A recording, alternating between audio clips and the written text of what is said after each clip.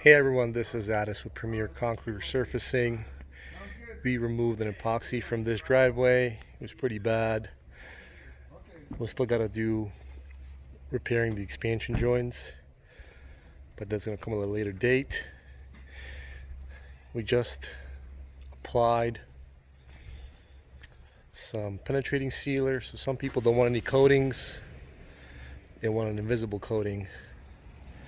So here I'll show you. And there's no coating, so it's non-slip.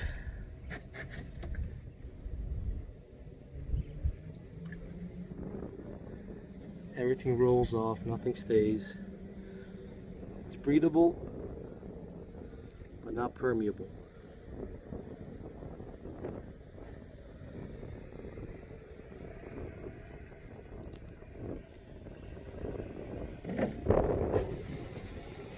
If you don't want that shiny epoxy, this is another solution we can give you.